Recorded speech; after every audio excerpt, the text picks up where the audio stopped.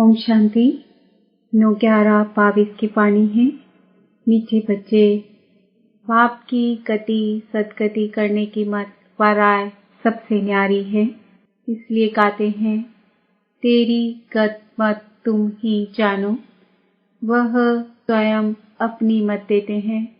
प्रश्न, ब्रह्मा कुमार कुमारी कहलाने के अधिकारी कौन? उनका स्वभाव कैसा होगा?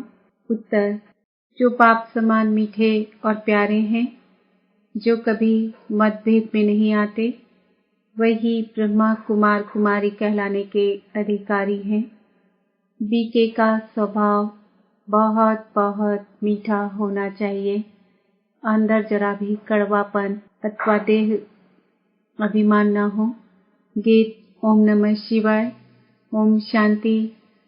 देखो, इस दुनिया में हर एक को हर एक के लिए नफरत है। गोरों को कालों के लिए नफरत है। समझते हैं यह हमारे गांव से निकल जाए, इतनी नफरत आती है। इतने धर्म वाले हैं, सब एक दो से लड़ते झगड़ते रहते हैं। यह है ही रावण का राज्य, उनका अब अंत है। मनुष्य तो जानते नहीं, पुकारते रहते हैं कि है पतित पावन, दुख हरता सुख करता, है लिबरेटर आओ। दुख तो सबको है ही। बुद्धि भी कहती है कि इनको हेवन तो नहीं कहेंगे। स्वर्ग ही सबको याद आता है, तो जरूर अभी नर्क है। नई दुनिया थी जरूर, फिर वह शांति के बाद सुख की दुनिया आएगी जरूर। वहां इस दुखधाम का नाम निशान नहीं होगा। अभी फिर सुख शांति का नाम निशान नहीं है। 5000 वर्ष पहले सुखधाम था, बाकी सब आत्माएं शांति धाम में रहती थी। यह भी तुम अब समझते हो, जबकि तुमको परमपिता परमात्मा ने समझाया है। कहते भी हैं, शल तुमको ईश्वर समझ देवे। ऐसे नहीं कहेंगे कि ब्रह्मा विष्णु शंकर अच्छी मत दे। ईश्वर का ही नाम लेते हैं तो जरूर है कोई। इस समय ईश्वर ने ही मत दी होगी और साकार में ही आकर दी होगी। लिखा हुआ है, श्रीमद् भगवानुवाद, सिर्फ नाम कृष्ण का डाल दिया है। वास्तव में है निराकार भगवान की मत, तो जरूर नई दुनिया स्थापन हुई होगी। भगवान ने तो सारी दुनिया में फेरा नहीं लगाया होगा। न सारी दुनिया आ सकती है, न भगवान सबके पास जा सकता है, न सब परमात्मा के सन्मुख हो सकते हैं।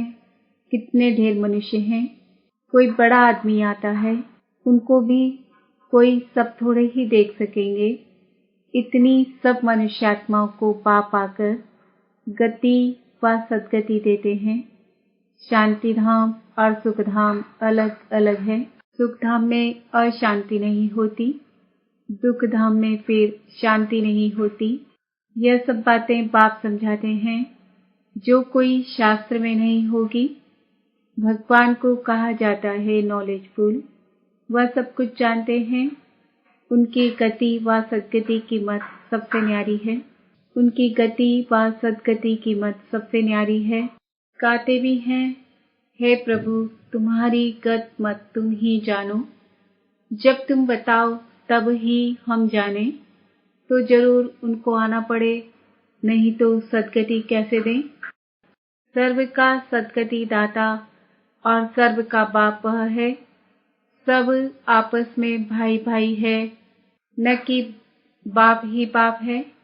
यह समझ की बात है, परंतु आसुरी मत ने जो सुनाया वह मान लिया। सब आसुरी मत के अधीन हैं। तुम्हारे पास अब कितनी रोशनी है। ये लक्ष्मी नारायण जो इतनी ऊंच सदगति को पाए हुए हैं, उन्होंने भी यह नॉलेज नहीं रहती। त्रिकालदर्शी बाप हैं, उन द्वारा यह राज्य पाया है। बाप किनों को आकर त्रिकालदर्शी बनाते हैं? जरूर बच्चों को ही बनाएंगे। सगे बच्चों को सिखाएंगे, फिर उन द्वारा और सीखेंगे। बाप का बच्चा ब्रह्मा, ब्रह्मा के बच्चे तुम ब्राह्मण। विष्णु व शंकर के बच्चे नहीं कहा जाता। गायन है, प्रजापिता ब्रह्मा, तो ये ब्रह्मा भी पिता, शिव भी पिता, दोनों बाप ठहरे। जरूर ब्रह्मा द्वारा ही सृष्टि रचेंगे। गायन भी है, ब्रह्मा द्वारा ब्राह्मणों की स्थापना। अनेक धर्म मनुष्यों के हैं, तो एक धर्म भी मनुष्यों का था। मनुष्यों की बात है, जानवरों की तो हो ना सके। पापा ने समझाया है, पहला प्रश्न पूछो कि पतित पावन कौन, परमपिता परमात्मा या गंगाजल? एक फैसला करो, फिर इतने मेले आदि पर जो भटकते हैं उनसे छूट जाएंगे। कहते हैं पतित पावन तो बुद्धि ऊपर जाती है। पतित पावनी गंगा कहने से फिर बुद्धि पानी की तरफ चली जाती है। ज्ञान अमृत नाम सुना है तो गंगा जल को अमृत समझते हैं। तो सबसे मुख्य प्रश्न यह है, बाबा युक्तियां बहुत बताते हैं, परंतु किसको याद भी पड़े? बच्चे लिखते हैं, बहुत प्रभावित हुआ, परंतु बुद्धि में बैठा कुछ भी नहीं। सिर्फ इतना समझते हैं ब्रह्मा कुमारियां अच्छा रास्ता बताती है। घर गए खलास, बच्चे बहुत खुश होते हैं। तुम बच्चे उतरती कला और चढ़ती कला पर भी समझाते हो। कोई मुक्ति में गए, कोई जीवन मुक्ति में गए, सबका भला हो गया, सबकी चढ़ती कला हो गई। अब फिर उन सतो प्रधान सतयुग वालों को तमो प्रधान में नीचे जरूर आना है, वापस से उतरती कला होती है। सर्व का सद्गति दाता पतित पावन बाप एक है व सर्वव्यापी है। अगर सर्वव्यापी है तो फिर बाप कैसे ठहरा? पतित पावन ज्ञान का सागर गीता का भगवान है या श्री कृष्ण? भगवान किसको कहेंगे? जरूर निराकार को कहेंगे। इस हिसाब से गीता खंडन हो गई। गीता माई बाप खंडन तो सब शास्त्र खंडन हो गए। सारी दुनिया झूठी है, सब पत्थर बुद्धि है। पारस बुद्धि होते ही है सतयुग में। पत्थर बुद्धि है तब तो पापा आकर पारस बुद्धि बनाते हैं। जो पारस बुद्धि थे वही आकर पत्थर बुद्धि बने हैं, जबकि सृष्टि का भी अंत है। बीच के टाइम में हम कह नहीं सकते कि तुच्छ बुद्धि व तमो प्रधान है। पिछाड़ी में सब तमो प्रधान बनते हैं। क्रिश्चियन धर्म आया तो ऐसे नहीं कहेंगे कि तमोगुणी थे, नहीं, उनको भी सतो रजो तमो से पास करना है। इस समय सारा झाड़ जड़ जड़ीभूत है, इनका विनाश होना है। इस पर अच्छी रीति भाषण करना है, ऐसे नहीं जो आया सो बोल दिया। गीता का भगवान पुनर्जन्म रहित ज्ञान सागर परम पिता परमात्मा या श्री कृष्ण भगवान ने ही गीता रची और पतितों को पावन बनाया। याद भी उनको करते हैं। अब कृष्ण की आत्मा भी पावन बन रही है। रामकृष्ण वालों का बड़ा मठ है। हरिजन की भी एसोसिएशन है। बाप श्रीमत देते हैं, कमजोर नहीं बनना चाहिए, लेकिन कई ब्राह्मणों की भी आपस में नहीं बनती है। मतभेद के कारण आपस में बात भी नहीं करते हैं। देह अभिमान बहुत है। राम राज्य में जाने के लिए तो लायक बनना पड़ेगा। यह है ईश्वरीय राज्य, इसमें आसुरी स्वभाव वाले रह न सके। उनको बीके कहलाने का भी हक नहीं है। बाप कितना मीठा प्यारा है, तो बाप समान बनना चाहिए। कोई कोई बच्चे कितने कड़वे बन पड़ते हैं। बाप कहते हैं यह तो जंगली कांटे हैं। पतित पावन परमात्मा या गंगा, सर्व का सद्गति दाता परम पिता परमात्मा या पानी की गंगा। अल्प को जाना तो सब कुछ जान जाएंगे। बीज को जानने से झाड़ को जान जाएंगे। तुम बच्चों को बहुत मेहनत करनी है। अच्छा, मीठे मीठे सिक्के दे बच्चों प्रति माता पिता बाप दादा का याद प्यार और गुड मॉर्निंग। रूहानी बाप की रूहानी बच्चों को नमस्ते। हम रूहानी बच्चों की रूहानी बाप दादा को याद प्यार गुड मॉर्निंग, नमस्ते नमस्ते नमस्ते ओम शांति। धारणा के लिए मुख्य सार, कभी मतभेद में नहीं आना है। चढ़ती कला और उतरती कला के राज को समझना है। अल्प को पहचानना है। सत्यता को सिद्ध करना है। वरदान, मास्टर दाता बन, खुशियों का खजाना बांटने वाले, सर्व की दुआओं के पात्र भव।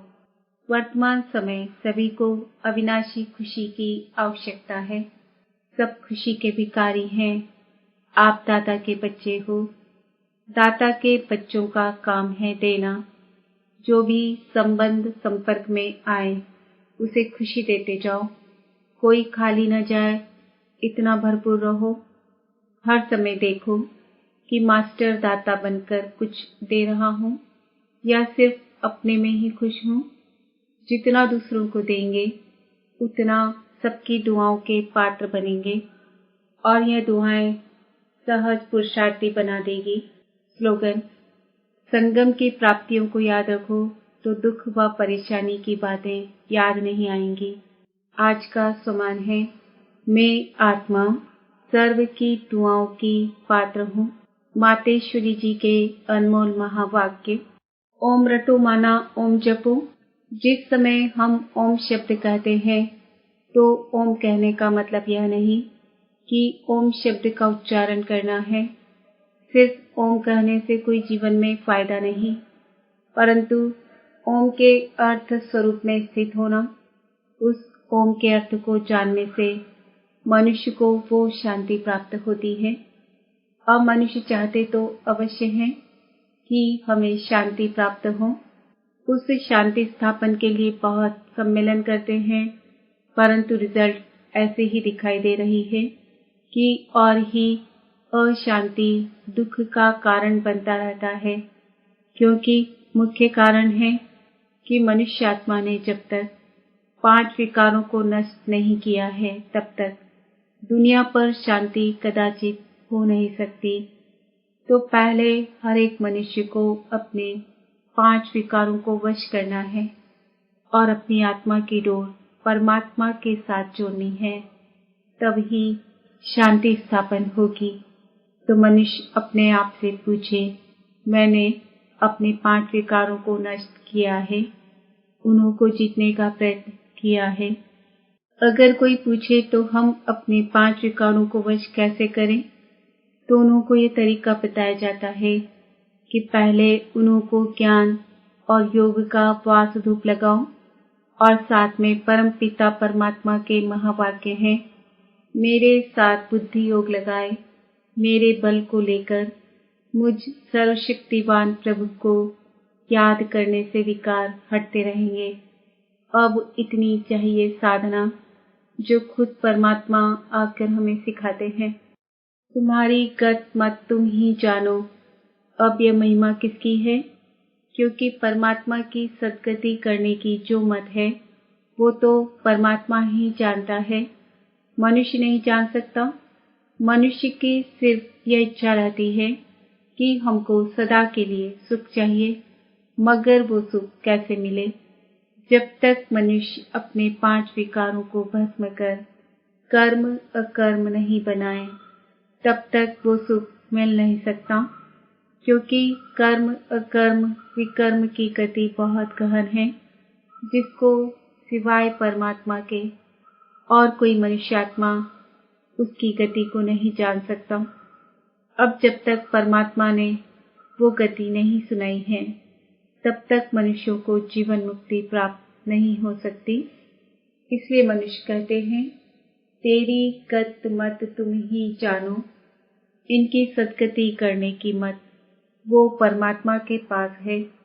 कैसे कर्मों को अकर्म बनाना है, यह शिक्षा देना परमात्मा का काम है। बाकी मनुष्यों को तो यह ज्ञान नहीं, जिस कारण वो उल्टा कार्य करते रहते हैं। अब मनुष्य का पहला फर्ज है अपने कर्मों को सुधारना, तब ही मनुष्य जीवन का पूरा लाभ उठा सकेंगे। अच्छा, ओम शांति।